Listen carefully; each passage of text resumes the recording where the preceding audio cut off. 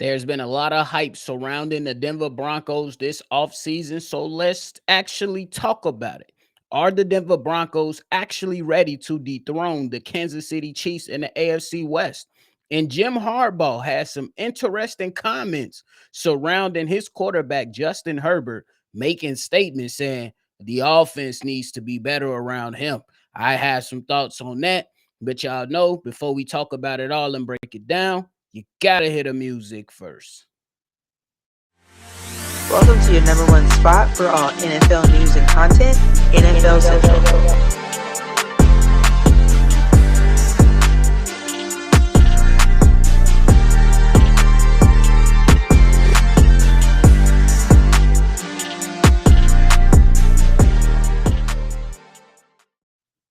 What's going on, ladies and gentlemen? Welcome back into another episode of NFL Central, your number one spot for everything NFL. I'm your host here, Bobby, and I'm holding it down on another daily episode. So if you tuned in and love talking that football talk, go ahead and hit the like button and subscribe to the channel. But there's been a lot of off-season hype surrounding the Denver Broncos, talking about Sean Payton, talking about Bo Nix, talking about the defense, talking about the upgrades on offense. But there are some out there that actually believe that the Denver Broncos are primed to be one of the teams to finally dethrone the Kansas City Chiefs. Now, let's be clear. Since Patrick Mahomes has become the starter for the Kansas City Chiefs, he has pretty much had a stranglehold on the AFC West and has not relinquished it one bit. The only time you see Patrick Mahomes take a severe loss has been in the Super Bowl. And because for the last 7 seasons that he has been the starter, he has been the winner of the AFC West. For the last 9 years, Andy Reid has been the winner of the AFC West. So we talking about the Denver Broncos. And some people have even thrown the Los Angeles Chargers in that discussion. And I don't know, it ain't many people talking about the Las Vegas Raiders being at it. I'm not a believer in that whatsoever, but that is an improved team to try to put a little bit of pressure on the others within the AFC West when they all face off against each other. The Raiders are not going to win a division, but they will put up a good fight when they do face some of their divisional opponents. Now, when we focus on the Denver Broncos, are they ready to dethrone the Kansas City Chiefs? I ain't even going to hold you, and I ain't even going to sit here and play with you.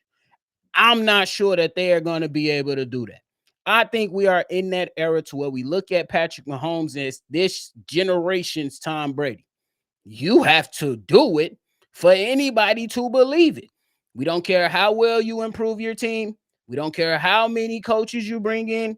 We don't care who the quarterback is at this particular moment. But what we do know, you got to show us before you do it. I will go out and give the Denver Broncos a little bit of love, though, and say they could potentially do it. I'm just not a believer until they actually do it. I'm not going to be boo boo the fool. I'm going to just chalk it up to you like that. But some of the good things that the Denver Broncos have done this offseason, just recently, yesterday, they went out there and they re-signed their wide receiver, Cortland Sutton, to a 4-year, $92 million deal. And this offseason, they had some key acquisitions to a defense that was already good. Top 10 defense in points allowed, yards allowed, and turnovers. And they wasn't too far behind when it came to the sack totals for the entire season for the Denver Broncos squad. Some of their key acquisitions included linebacker Dre Greenlaw, who comes over from San Francisco, Talanoa Hufanga, safety, who comes over from San Francisco, and tight end Evan Ingram to help that offensive game. And I think they had a really, really strong draft this season by picking up cornerback Jade Barron out of Texas, running back RJ Harvey out of UCF, and wide receiver Pat Bryant out of Illinois to help this offense take another step forward. We kind of know what Bo Nix was looking like. He looked like he is a quarterback that is ready to go and be the franchise quarterback for the Denver Broncos. But again, even if you feel like you got it, you have to beat this team in Kansas City who has championship pedigree every single year.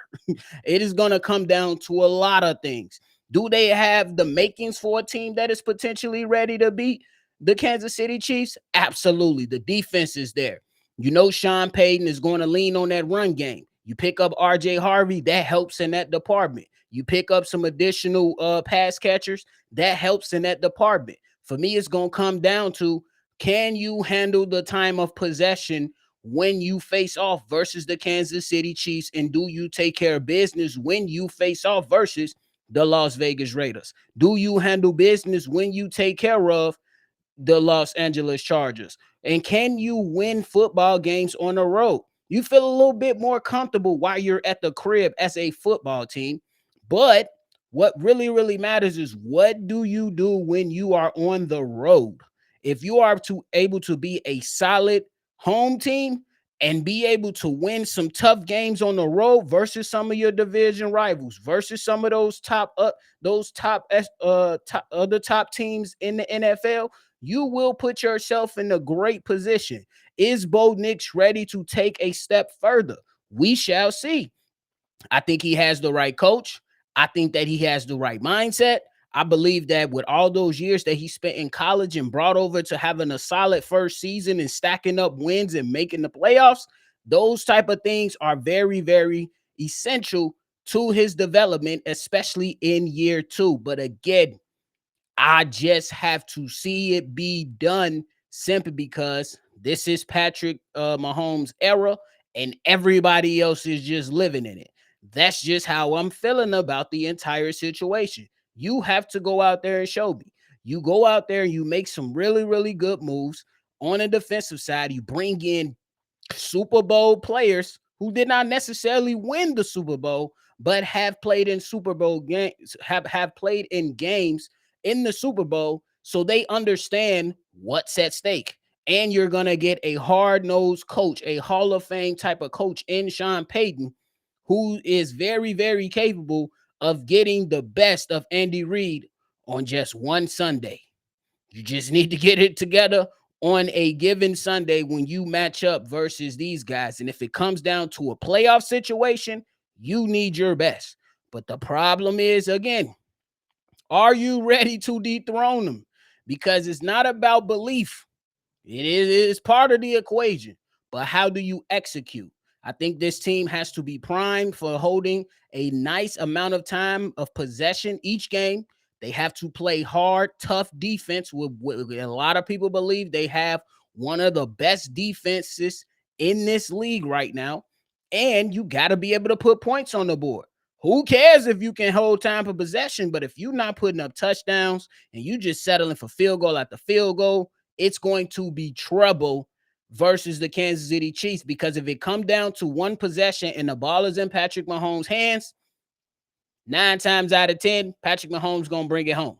That's just the reality of it. That's what we've seen. That's the evidence we have to go off of. And we've seen, and it's no knock on Sean Payton, because sometimes those blunders that happened while he was with the Saints in the playoffs, we had poor coaching. In some situations, we had bad calls by the officials that just was like, how can you not throw the flag? But I think these guys, they have the potential. But again, they absolutely have to show me that they are primed and ready for the moment. Let me know down below how you all are feeling about it. Do you feel that the Denver Broncos are ready to dethrone the Kansas City Chiefs in the AFC West? I'm on the side of not yet. You let me know how you feel. Now let's jump on over to another team that's in the AFC West with Justin Herbert and the Los Angeles Chargers with Jim Harbaugh. Jim Harbaugh, you gotta love him. But this comment right here is just, hey, I get it in a sense, but it was just like, okay, can we expect Justin Herbert to be better too? But nonetheless, here's the comment. Jim Harbaugh says the biggest weakness around Justin Herbert is his teammates. Saying this, end quote.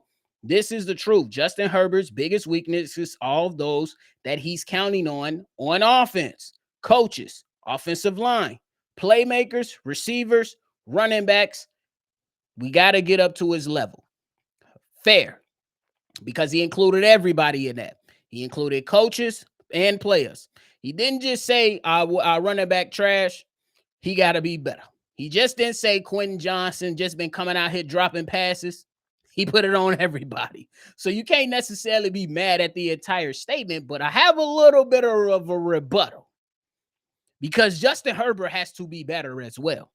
I get the idea that within the first few seasons of his NFL career, he broke records for throwing the most yards and getting a bunch of touchdowns within a small span of just a couple of years. I get it.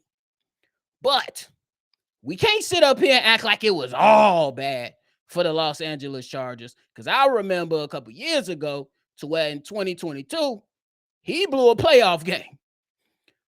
You went up 27 points and blew the playoff game. I don't understand how that's, yes, we can contribute that to coaching, but that was a complete team loss, Justin Herbert included. You was up on the Jacksonville Jaguars, for Christ's sake. We got to call it how we see it, bro. We got to call it how we see it. And that defense wasn't that bad. That defense had some players on there because they turned the ball over, I believe 3 times in the first half to help get that 27-point lead. So we got to make it make sense. Then in 2023, it's not like you had a bunch of scrubs on the offensive side. You still had Keenan Allen, who was still pretty damn good at that particular moment before he went off to Chicago in 24. You still had Mike Williams. You had Josh Palmer, Austin Eckler, and Jared Everett. Now, granted, some guys miss games here and there, but if you really like that, yeah, we need a little bit more better performance throughout the season. Now, the head coach, we can't let him off the hook. Brandon Staley was a dumpster fire. I ain't gonna hold you now. He was a dumpster fire. But still, Justin Herbert still has to be better. He's not excluded from this equation of having to be better. Yes, you made strides and took strides forward in 2024. You know what I'm saying? Having a solid record, putting up some solid numbers, and building the infrastructure. But now in 2025, with that infrastructure, putting more emphasis on the offensive line, adding more to the running back room, adding more pass catches that you now have at your disposal, you have to deliver us something, right? I'm not saying the man has to go to a Super Bowl, but can we get a playoff win, bro? Can we go for it? Can we go, you know what I'm saying, into the divisional round? Can we potentially knock on the door of an AFC championship game? So I get Jim Harbaugh and where he's coming from with all that he's saying right now, but at the end of the day, we can't absolve him of any wrongdoing in his tenure in Los Angeles. We have to be fair. Fairness is looking at the coaching staff, and Brandon Staley was like, yeah, he was bad.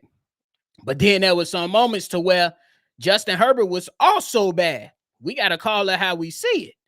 He got to be good too. These players have to be good too.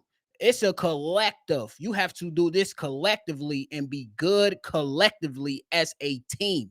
It's not just all these people over here are doing bad, but just this one person is doing great. He has all the talent in the world. I'm not going to hold you. He is a really good quarterback. Could be. And I think he got a lot of damn talent. But this guy literally has top 5 potential if he helps it click and locks it in. But right now, he not locked in. He not locked in. Talent-wise, hell yeah, you could put him up there. But this is a results-based business. We got to see more from Justin Herbert. We have to call it how we see it. So I get it. Blaming the offense, blaming the coaching, blaming the offensive line, blaming the receivers and the running back. I understand it 100%. But at the end of the day, Justin Herbert has to be better as well. He absolutely does. This offensive unit has to be better collectively. And to just kind of single him out and say, we have to, no, he's included. He has to be better too. He has to be better too. So, like I said, I agree with him a little bit, but there's no way I can sit up here and just absolve him from any wrongdoing during his tenure with the Chargers. That's not how I'm going to play it. I'm going to hold everybody to the same standard. Consistency. How do you look on a consistent basis? is what I'm going to be focusing on when we talk about different players and different things. Consistency. He has to be better. But hey, that is it for me today, man. I hope y'all enjoyed today's episode of NFL Central. Before y'all get up out of here, make sure y'all hit that like button, subscribe to the channel, and hit that bell. Let us know how you're feeling down in the comment box, and go ahead and chime in on both topics discussed today. Can the Denver Broncos dethrone the Kansas City Chiefs? And how y'all feeling about Jim Harbaugh calling out the offense, but not necessarily looking at Justin Herbert by saying that the offense has been his biggest weakness during his time with the Chargers? Go ahead and comment below. Let us know all your thoughts and everything. That is it for me today, man. I appreciate y'all for tuning in. Thank y'all so much. We appreciate y'all over here, and y'all already know we're going to catch y'all on the next for sure. This has been a presentation